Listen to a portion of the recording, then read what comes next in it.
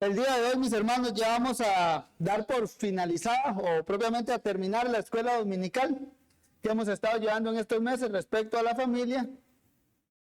Y el último tema que vamos a tocar corresponde a esta misma sección que hemos visto, dijimos, de apéndices, donde vemos temas que atañen a la familia en general. El tema que vamos a tratar hoy brevemente, igual porque creo que es un tema extenso y en sí se requeriría una escuela dominical aparte para abordarlo más en profundidad, es el tema de la sexualidad en el matrimonio o en la familia. Entonces, dado que es un tema algo amplio y que siempre pueden surgir preguntas o siempre, creo yo, puede haber mucha tela que cortar, lo que vamos a hacer es muy similar a las lecciones pasadas. Vamos a abordarlo entonces desde ciertos principios generales aplicados a un tema. Entonces, como para empezar, mis hermanos, a manera de introducción, esta es una de las áreas donde creo que particularmente los cristianos, digo yo, se sonrojan cuando se va a hablar de este tema. Por otro lado, es otro tema donde también me da la impresión que en particular los incrédulos como que se han creado ese monopolio de la sexualidad como tal, al punto que parece que solo ellos son los que disfrutan de ese don de Dios y en cambio los cristianos son aquellos que están allá hechos a un ladito en cuanto a esta temática y no lo mencionen. Incluso dentro de algunos sectores del cristianismo en general, por ejemplo, el catolicismo romano como tal, lo considera, en palabras de Juan Pablo II, como uno de esos pecados permitidos dentro del ámbito matrimonial. Otros, por ejemplo, dentro de nuestra ala, digo yo, protestante, tienen como cierto tabú en cuanto al tema. ¿Por qué? Porque ciertamente, debido a, creo yo, su contacto con este tema antes de llegar a Cristo fue pecaminoso y por ende ahora tienen como cierto tabú al tema, cierta vergüenza y no lo consideran o no tienen la convicción de que es una bendición que Dios ha dado al matrimonio como tal. Y por ende, como no lo ven así, pues no disfrutan de estos dones de Dios. Por otro lado, creo que hay cierta tendencia, también lo digo, gnóstica en el cristianismo contemporáneo en cuanto a este tema.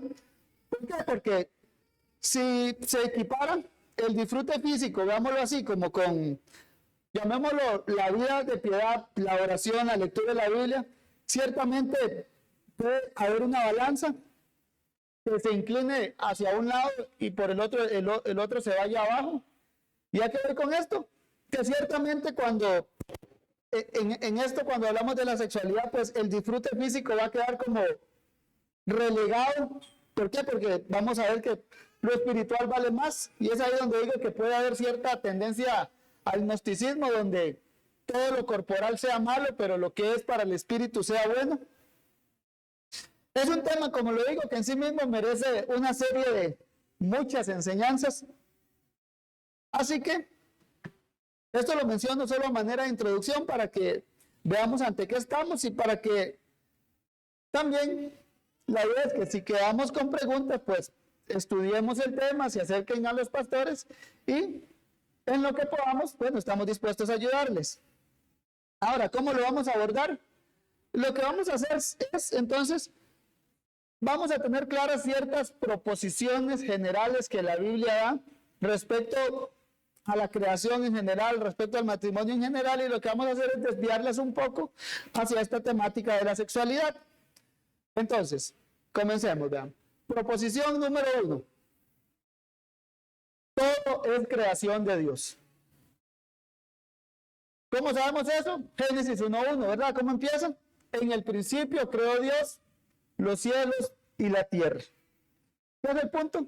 Todo lo que existe, visible e invisible, en idioma de Pablo, principados y potestades, todo fue creado por Dios. Todo lo que conlleva el ser humano tanto lo físico como espiritual, también fue creado por Dios. El disfrute que Dios ha dado al hombre como tal, tanto el disfrute físico como el disfrute emocional, fue dado por Dios al hombre. Todo proviene entonces de esa mente soberana, llamémoslo así, intencional de Dios. Por ende, para entender los propósitos de todo lo que Dios ha creado, para entender los propósitos de la sexualidad como tal, entonces siempre hay que tener claro esto. Uno, la sexualidad como tal, o llamémoslo así, la intimidad sexual, es un don de Dios. Dios lo creó, ¿para qué? Para el disfrute en el matrimonio. Dios la creó para el disfrute mutuo, para la procreación de la raza humana dentro del ámbito matrimonial. Segunda proposición, asimismo, Dios creó hombre y mujer. Dios hizo que cada hombre y esa mujer fueran esa expresión de su imagen, como dice Génesis 1. Varón y hembra los creó, a imagen de Dios los creó. Al ser imagen de Dios, recordemos, es responder a la pregunta ¿cómo es Dios? Y se responde por medio de las imágenes que Dios hizo de sí mismo. Las imágenes de Dios o la imagen de Dios entonces es el hombre como tal, varón y hembra. ¿Cómo es Dios? Vean al hombre, vean a la mujer. Esa es la idea de Génesis 1. Entonces, ambos, hombre y mujer, comunican al mundo quién es Dios, cómo es Dios. Veámoslo así, somos copias de Dios. Cada ser humano, en ese sentido también, es un ente individual. Veámoslo así, es un yo. Cada uno de nosotros es un yo particular, una unidad, un agente, un intelecto que tiene emociones. Ya hay ámbitos espirituales, morales, físicos, emocionales. En ese total yo que Dios nos creó, hay una serie de aspectos que todos están interconectados. Hay aspectos morales, aspectos espirituales, hay aspectos físicos, aspectos intelectuales. Y todo nos creó en unidad. Y esa unidad es lo que creo que la Biblia sencillamente lo llama, y creó Dios al hombre un alma viviente.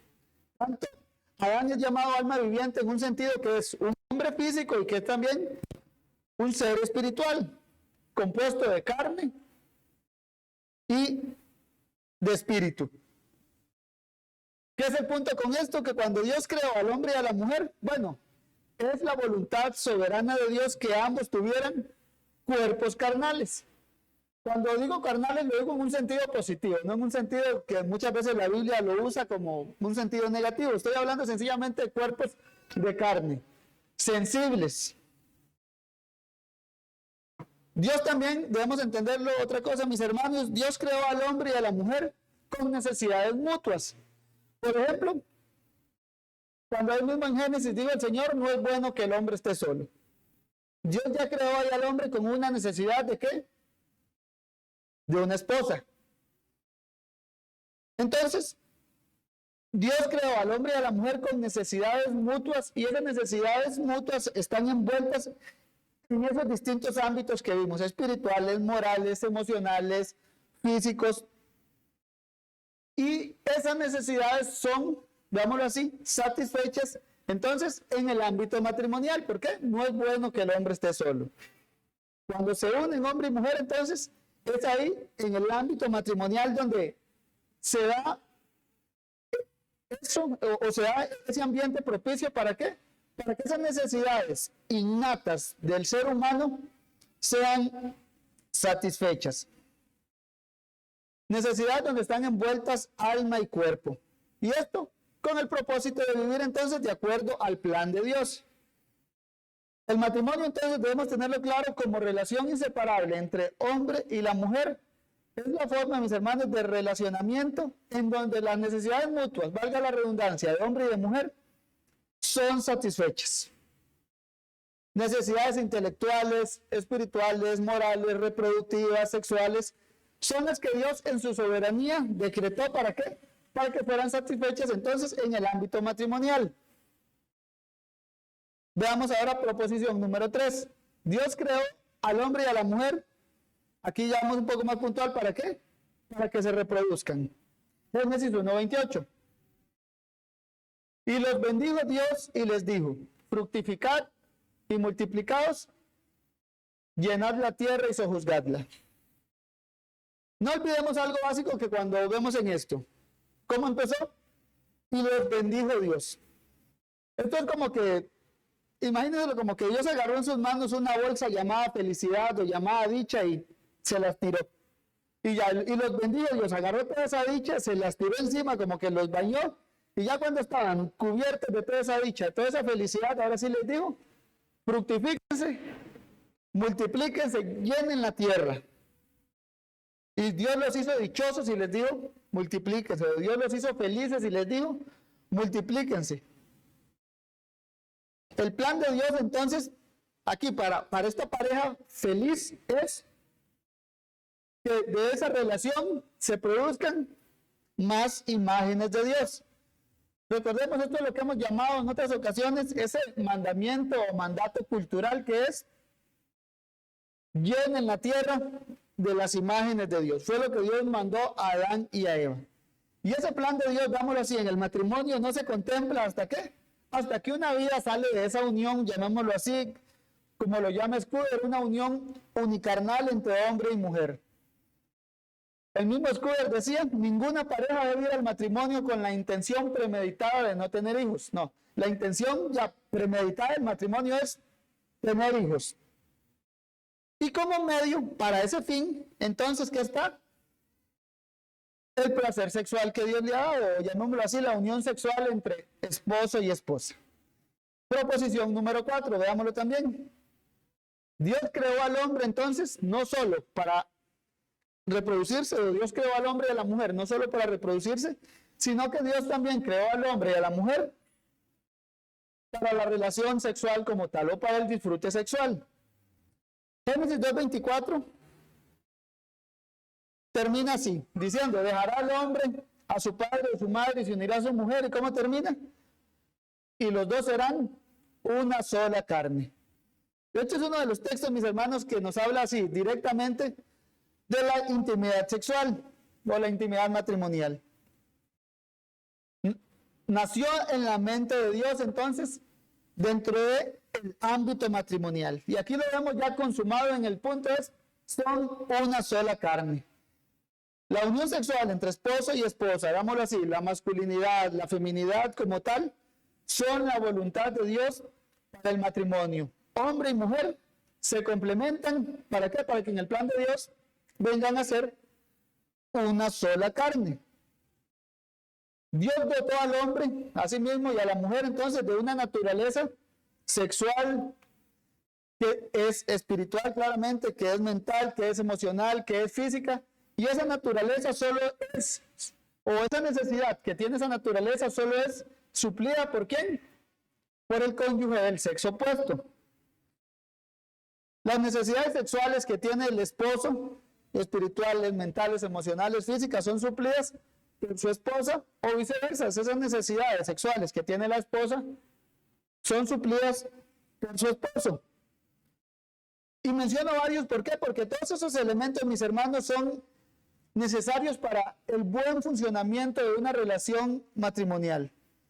Y ciertamente todos estos elementos que llamamos morales, físicos, mentales, emocionales, los mismos vienen a ser un buen estímulo para una buena vida sexual o por el contrario, vienen a ser un buen desestímulo para la intimidad sexual en el matrimonio. Ejemplo, una actitud de temor, frustración, de malos recuerdos del pasado, de vergüenza, de culpa, de infelicidad, ciertamente van a ser un obstáculo. ¿Para qué? Para el pleno disfrute sexual que Dios ha dado a los matrimonios. También tengamos claro, mis hermanos, una quinta proposición, y es: Dios creó la intimidad sexual ¿para qué? Para que fuera una actividad placentera dentro del ámbito matrimonial. Proverbios 5:18 dice así: sea bendito tu manantial y alégrate con la mujer de tu juventud. Aquí el proverbista nos describe esa relación matrimonial o ese deleite, digámoslo así, que el padre le estaba diciendo a su hijo que él debería tener con su mujer. Y le dice, sea bendito tu manantial. Recordemos esos usos de la palabra bendito. Es feliz. Ese manantial de ese hombre es el lugar que lo hace feliz. Le dijo, sea bendito tu manantial. Eso que te tiene feliz, que te tiene saciado, es bendito. Y entonces, alégrate con la mujer de tu juventud. ¿Eso qué implica? Bueno, que ese hombre vea a esa mujer de su juventud y le causa alegría. Es bendito. Ese es el lugar de plena dicha para el hombre. Y él está bendecido o está alegre entonces con su mujer. Es aquí entonces donde se describe la relación matrimonial como un pleno disfrute. Tanto las necesidades físicas van a ser suplidas en un ambiente de felicidad, las necesidades emocionales de ambos van a ser también satisfechas en ese ámbito matrimonial, las necesidades espirituales claramente están ahí también siendo cubiertas dentro de un crecimiento sano en el matrimonio. Y cuando esas necesidades son satisfechas, se desencadena en el disfrute, sea bendito tu manantial. Y la intimidad misma está protegida dentro del matrimonio. El matrimonio, digámoslo así, mis hermanos, funciona entonces como, yo lo llamo como ese hábitat en donde la intimidad sexual se lleva a cabo correctamente dentro del plan de Dios. El matrimonio viene a ser entonces como esa cerca que guarda la intimidad sexual dentro de los límites que Dios la ha establecido. No como una cárcel que pone freno, sino más bien como ese hábitat natural donde crece y florece saludablemente. También, otra cosa que debemos tener clara es la intimidad sexual, la misma, es un medio para otros fines. Uno ya lo mencionamos, por ejemplo, es un medio para la reproducción. También, al estar protegida por el matrimonio, la intimidad sexual se da ¿para qué? Para que dos personas, valga la redundancia, intimen mucho más. O el punto es que estén cada vez más unidos. ¿Por qué? Porque la unión matrimonial o la unión sexual lo que denota es que es la relación más íntima que puede haber entre la imagen de Dios. Varón y hembra los creó. No hay relación más íntima que la matrimonial. Y eso llega al punto que se expresa, digamos, en esa unión ya íntima, en la intimidad sexual. El placer sexual como tal no es un fin en sí mismo. Tengámoslo claro también, ¿por qué? Si esto fuera así, ciertamente, si el fin solo fuera conseguir el placer, todos los que predican las relaciones extramaritales estarían en lo correcto. ¿Por qué? Porque solo buscan el placer. Pero el punto focal es la intimidad sexual claramente tiene placer y es un regalo que Dios ha dado para el disfrute dentro del matrimonio. Y en particular creo yo que los creyentes somos los que más deberíamos gozarnos en esto. ¿Por qué? Porque tenemos la plena perspectiva de lo que significa el matrimonio, de lo que significan las bendiciones que Dios nos ha dado. Hay un plan unificador en esto, mis hermanos, y es con la intimidad sexual, entonces, esposo y esposa se unen más, sencillamente. Es como una vara de medida, incluso podemos verlo así. ¿Qué tan unido está un matrimonio? Dámoslo así. Su vida sexual o su vida de intimidad puede hablar mucho de ello. Porque los dos serán una sola carne. Otra cosa que hay que tener clara, mis hermanos, y es, hay santidad en la intimidad sexual. ¿A qué voy con esto? Como para, cuando lo mencioné, hay cierto tipo de gnosticismo donde se elevan ciertos actos por encima de otros. Y cuando digo que hay santidad, entonces en la intimidad sexual es que no hay contradicción alguna entre una vida entregada a la devoción al Señor y el proceso de lograr y disfrutar de los placeres matrimoniales que Dios le ha dado al esposo y a la esposa. No hay contradicción alguna. Ambos son una vida devocional de lectura de la Biblia, de oración, de servicio al Señor, y otra vida también, dámoslo así, entregada a la complacencia matrimonial, al disfrute mutuo. Ambos son factores que se etiquetan con santo delante del Señor. Los ideales cristianos del reino de Dios, de su justicia, incluyen no solo cultivar esa vida devocional de lectura de la Biblia, de oración, sino que también claramente, mis hermanos, incluyen cultivar y cuidar de nuestros matrimonios, cultivar y cuidar de nuestros cónyuges, tanto en lo físico como en lo espiritual. Al punto que el apóstol Pablo llama a la actividad sexual un deber conyugal. Y cuando es un deber, tiene que hacerlo. ¿Por qué? Porque debe. Hay una obligación moral. Siempre cuando hablamos de un deber, hablamos de un aspecto que incluye la moralidad. Entonces, no realizar un deber es algo inmoral. Realizar un deber es algo correcto y moral. Y el apóstol Pablo entonces llama a la intimidad sexual, lo llama un deber conyugal. Es decir, faltar a eso es inmoral. Ahora, siempre recordemos dentro del ámbito del matrimonio. Es una tarea santa orar a diario, claramente rogando al Señor por que bendiga a nuestros cónyuges, pero así también es una tarea santa ofrecer el disfrute físico, ofrecer placer físico. ¿A quién? A nuestro cónyuge. Está avalado por Dios. Es un deber conyugal y es lo que quiero que tengamos claro.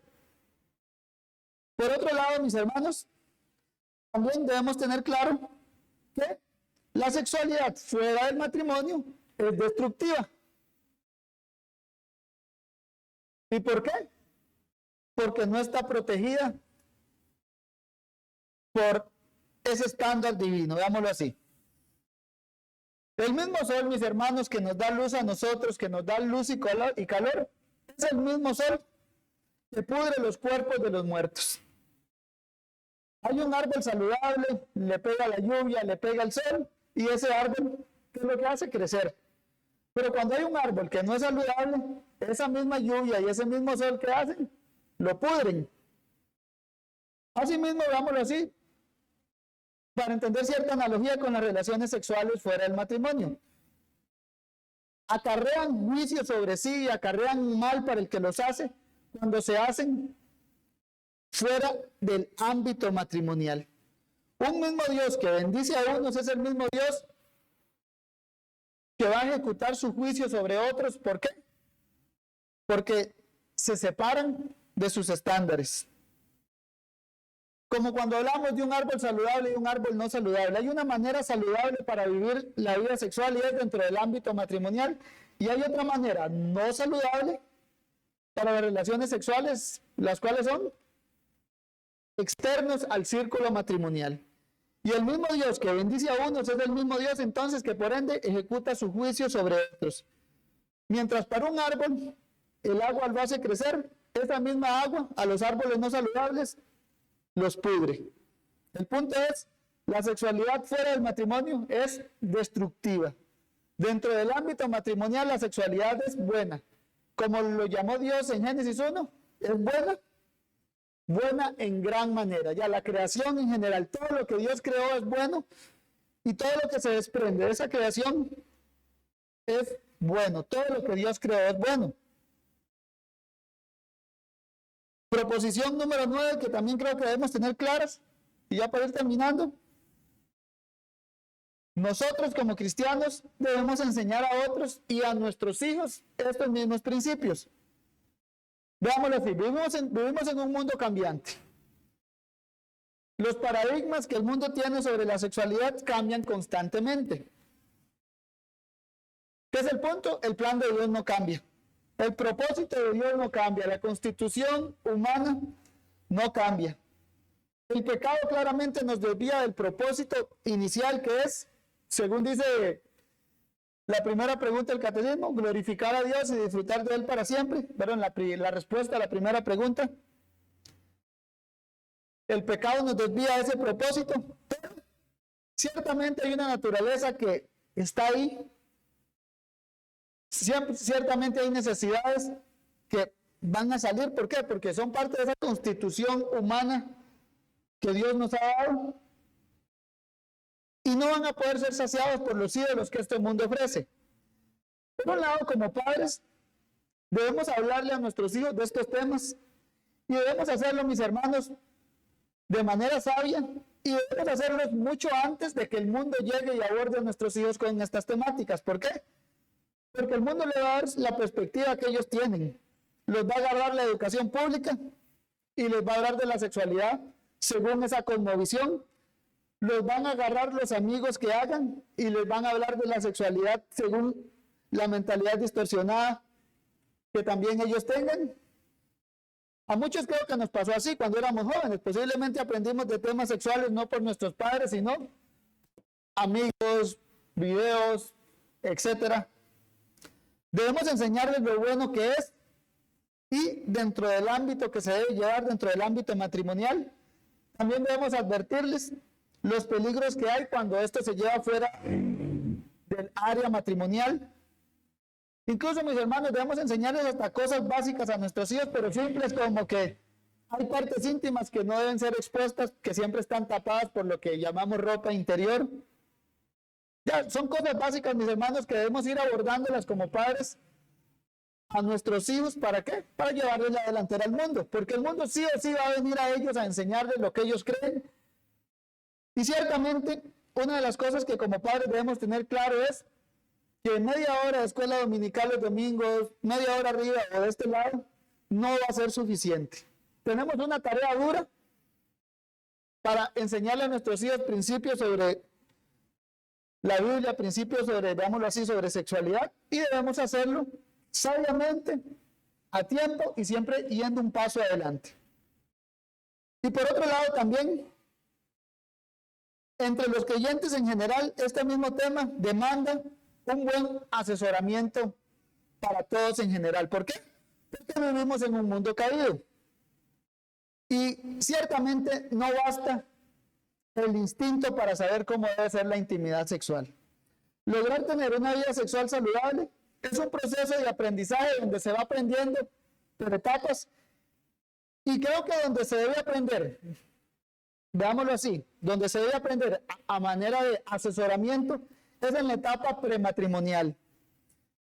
Uno, de mano de los padres creyentes. Los padres creyentes deben enseñar, deben asesorar a sus hijos adultos en esa etapa prematrimonial. ¿A qué? A cómo la Biblia enseña que debe ser una sana sexualidad. Y ahora, si ciertamente como padres nos sentimos capaces de instruir a nuestros hijos adultos en estas áreas, es un área también donde creo que la iglesia, a través de sus maestros, ancianos u obispos, también pueden ayudar a las familias. ¿Por qué? Las futuras parejas deben aprender cómo desenvolverse el uno al otro en estas nuevas áreas de la sociedad que ellos van a ir. Van a ir a la vida sexual. Y porque tristemente, mis hermanos, a la mayoría de nosotros que fuimos salvados de adultos, la poca o la mala instrucción sexual que tuvimos, como lo digo, lo recibimos de parte de amigos, la recibimos de parte de la pornografía, la recibimos de parte del MEP, pero no la recibimos ciertamente de una instrucción que podamos llamar santa. Y creo que en la mayoría de nosotros puede ser que es el caso. Es una realidad que todos hemos estado expuestos a algún tipo de pornografía o pecado de ese tipo, y muchos cuando van al matrimonio van con esa misma mentalidad distorsionada. Y es ahí donde digo que es obligación de los padres asesorar a sus hijos en esa etapa prematrimonial, y hasta cierto punto la misma iglesia debe asesorar a esas parejas que están futuras a casarse también. ¿Para qué? Para que entiendan el concepto bíblico y sano de la sexualidad y desechen entonces las falsas enseñanzas a las que muchos hemos estado expuestos. Esto es un reto tanto para creyentes como para matrimonios como para iglesia. ¿Por qué? Debemos tener un músculo bien ejercitado en esa área y un buen plan de asesoramiento, de consejería prematrimonial en cuanto a la sexualidad. Siempre lo digo, es como un plus que todo matrimonio necesita. ¿Por qué? Todos necesitamos que se nos enseñen muchas cosas.